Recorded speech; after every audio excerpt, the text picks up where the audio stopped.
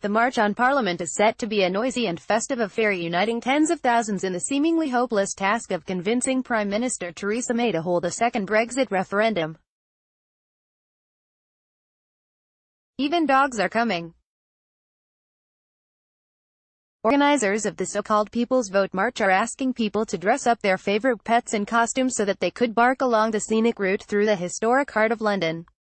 The message itself will be serious. The Brexit its supporters promised ahead of the June 2016 referendum that set the divorce in motion looks nothing like the one being negotiated today.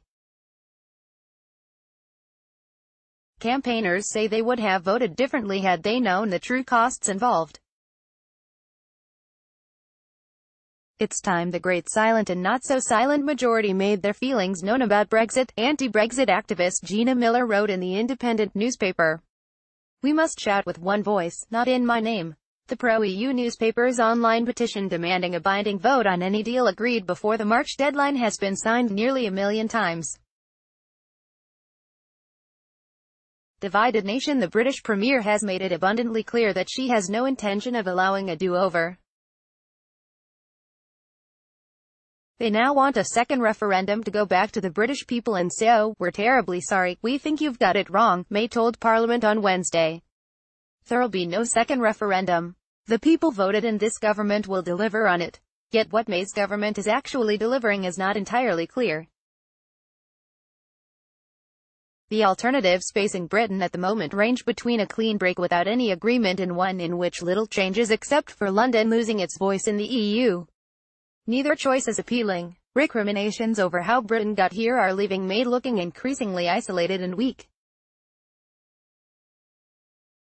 And EU leaders such as French President Emmanuel Macron are openly wondering if a second British vote might yet make the mess go away.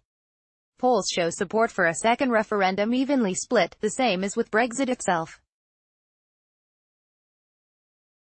The 2016 referendum was backed by 52% of voters on turnout of 72%. But some think MPs may rally around the idea once they see what Britain might be forced to sign up to, and they must approve, at the last moment to avert complete chaos. The last big march on Parliament demanding a second vote in June saw an estimated 100,000 gather on and around the picturesque Parliament Square facing Westminster Palace.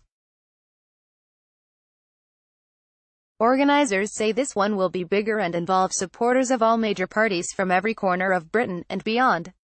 More than 150 coaches will bring people from towns and cities from every region and nation, they said in a statement.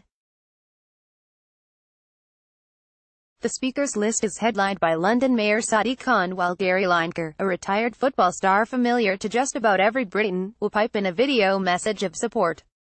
And groups representing several million EU citizens in the UK will unite with their British counterparts in Europe to march under a single banner from Hyde Park. The route itself will twist from the giant park to the central Trafalgar Square before reaching Parliament.